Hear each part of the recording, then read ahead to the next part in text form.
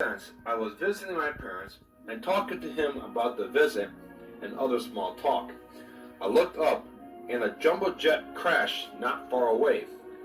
I remember death, bodies, bones. I was back speaking to this man in the driveway, and we looked up and heard the roaring of missiles 50,000 feet up, streaking over Dallas.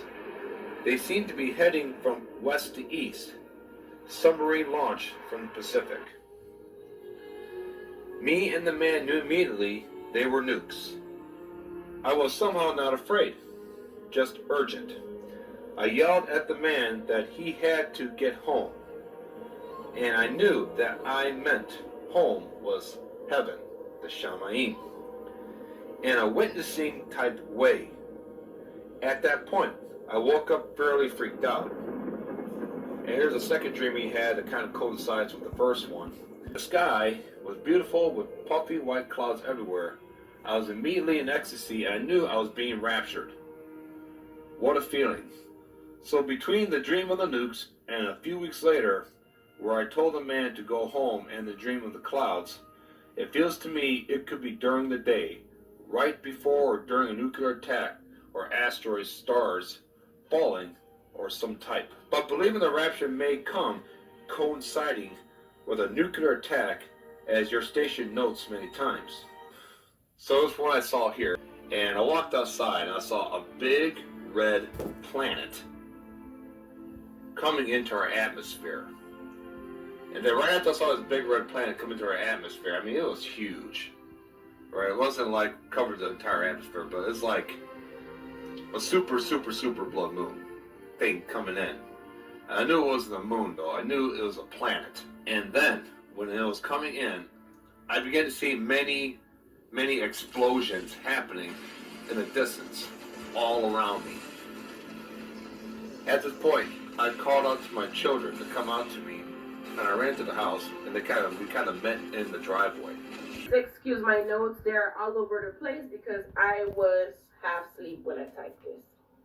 So on September 13th, I had a very vivid dream about the invasion. It was a normal day. I was with my family. We were riding around. Then I realized the sky got like little cloudy, little smoky, and suddenly the car stopped. It completely turned off. It was not turning back on, and I noticed the same thing happened to other cars. I knew at some point everything else was gonna go down. Like the power grid was gonna go down everywhere. But in previous dreams, I have seen cars turn off and not able to come back on, and I understood in the dream that was because of an EMP attack that completely shuts everything down, even cars. Because I knew that war was coming. The whole time I knew God had previously warned about it in the dream. So in this dream, I was aware of the warning dreams that the Lord has been giving me and thousands of people around the world about this specific event. So as I was looking for shelter, I passed a house church, and they seemed to just be worshiping and ignoring what was happening outside. And they still had power in the house. Their electricity was still working. I went inside the place that was next door, and I started asking people to help me get home. They had some type of looked at the sky. Well, it was flooding with fighter jets. When I tell you there was so many fighter jets, it was so scary to even look at. Like, you didn't know what was going to happen, if they were going to throw bombs at us, shoot down at us. It was scary, but at that moment, I knew our only hope was the Lord. Like I said, it's a short dream. I saw Chinese, old-fashioned, very old fighter planes. So they were like World War II planes. And I live in England, and I saw these warplanes coming and attacking and shooting, and you know what I saw particularly was basically a plane coming towards me, and I was hiding with my baby in my arm behind the short wall, and the pilot in the plane could actually see me, and I could see his face. They were that close, and they were shooting, but they couldn't they couldn't get me, although they could see me. For some reason, they just couldn't get me. But I think there was some sort of spiritual protection around me and my family that they couldn't shoot me. Now is a dream that I had of the nuclear annihilation of Miami, and a message and a promise that came along with this just a few days afterwards. I dreamt that I was on a white sandy beach on a subtropical ocean, and a fishing dory was nearby with fishing nets and primitive looking implements. It was obvious to me I was not in America. It was a sunny day, perhaps mid-morning or early afternoon, and I was occupied cleaning a fishing net when I turned and looked behind me over my right shoulder across the ocean and saw a fist-sized cloud on the distant horizon.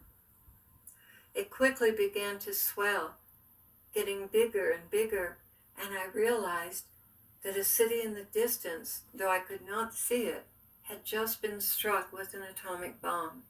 I cried out, "Oh my God," and awoke from the dream. We were now suspended above the earth between the Bahamas and Miami. Jesus was weeping, and I was in shock. It was one blackened mass. At once we could see up close, and there was not a survivor stirring. "Are you listening to me?" Jesus asked. Numbness engulfed my entire being, and I simply could not comprehend what I was seeing. He began again. "You will still be on the earth when this happens, but very quickly afterwards I will whisk you both away in the rapture."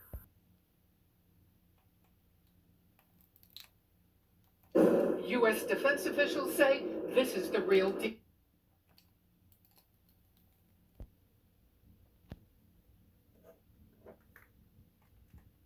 U.S. defense officials say this is the real deal. Russia test firing its new high-speed hypersonic missile, a missile that the U.S. military currently cannot defend against. Russian President Vladimir Putin pulling no punches on his intent. The new avant-garde missile system is invincible against today's and future air and missile defense systems of the potential enemy. This is a big success and a great achievement. If the weapons work as advertised, there is no current defense against them. The Russian missile has captured the attention of Patrick Shanahan, the Deputy Defense Secretary, who will take over as acting Pentagon chief when Secretary James Mattis leaves next week. Shanahan warns the U.S. needs to be able to detect the fast-flying missile much further away than current radar systems can handle. The U.S. has to detect it thousands, not hundreds of miles away because of its high-speed approach. The Pentagon may spend more than $1 billion trying to develop and field its own capabilities. We have a number of options going on with hypersonic missiles. The Russians are making significant yet unproven claims about their missiles, saying it's capable of carrying a nuclear warhead. It flies up to 20 times faster than the speed of sound. It can adjust altitude and direction to avoid detection. Putin says it's invincible. We're going to need a different set of sensors in order to see the hypersonic threats. Our adversaries know that. The challenges are also political for President Trump, whose relationship with Russian President Putin has been rocky since July's Helsinki summit. Putin feels incredibly emboldened. Putin believes this is the time to press his advantage. He's put his forces in Ukraine, in eastern Ukraine. He's, of course, taken over Crimea.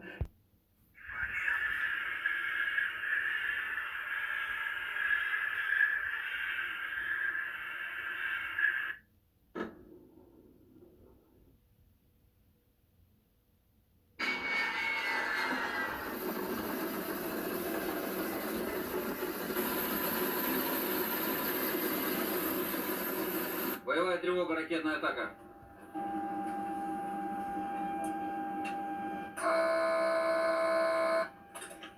Боевая тревога, ракетная атака. Лишь самый небольшой покинуть 4-й и 5-й отсеки. Создание рубежа обороны. Кормовые блоки 3-го отсека. Сосовые блоки 5-го месяца. Командир рубежа обороны в активном отсеке.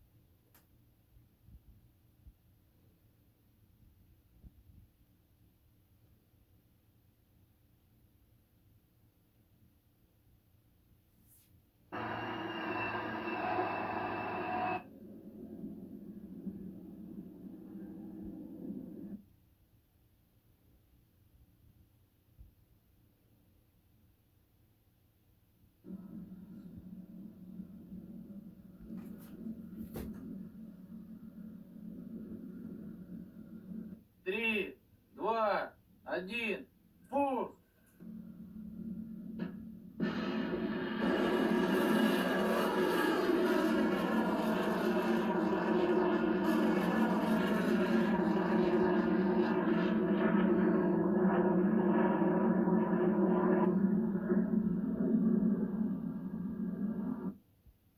Just came off in midair. When I saw what was happening, I went outside to confirm what I thought I was seeing. I stood outside in front of my school, watching this huge jet plane as if in slow motion, flying away from its entire tail section that had been broken off or deliberately detached by some remote control means. This plane was not what it appeared to be, but was a well-constructed nuclear bomb that was engineered to look like a jet plane in disguise. I then saw this nuclear bomb that appeared to be a jet plane began to dive very quickly, falling out of the sky. And before we could think or even process what was happening, right in front of me, the plane crashed over in the distance, and there was a gigantic explosion which shook the earth. The explosion was much, much bigger and destructive than what we expected, for we didn't know that it was a nuclear bomb plane until the massive explosion, which was far greater than what an ordinary jet plane could have produced. While me and other students were still outside watching, the blast wave kept spreading until it came right up to where we were. And as we head back inside our classrooms and closed the doors for cover, some of the students were left outside, but it didn't matter. For just then, we were all hit by a tremendous amount of wind and what felt like nuclear radiation. The force and power of the blast wave hit our school and toppled it. We all felt like being in a clothes dryer. It was as if it happened in slow motion, and we all felt this nuclear radiation and burning to some degree. Then all of a sudden, we were transported elsewhere, and a small group of us find ourselves on a train which was moving very fast and yet slowing down. One of the prophecies of Sister Lucia concerns the outbreak of war. According to her, it will be related to the use of nuclear weapons, and the most affected countries will include, among others, Germany to be flooded with water. A similar fate awaits Denmark and the Netherlands. According to the nun's vision, France will also suffer, where Paris will burn. The events to come will change the face of the earth and force all the nations of the world to act, some under the pressure of war, others as a result of natural disasters or the destruction and decay brought about by nuclear weapons. She was supposed to write. The Americans will not want to get involved directly in the war, but by seeing what the Chinese are doing, they will wish Russia victory. Germany will draw the US into the war as an Atlantic ally. Aid for Germany from America will focus its attention on Asia, as that is where the US and British troops, Iraq, Turkey, Iran, and the Balkans, will land in defense against the Chinese. What the Germans do will be a suicide step. They will count on the occupation of Poland. In their hatred, they will not realize that the sympathy of the West and the rest of the world will be on the side of Russia, the nun reportedly predicted. In the prophecy of Sister Lucia, Poland will face a much better scenario. The country will not only survive the cataclysm, but above all, will be responsible for what Europe will look like. This time, Poland will be spared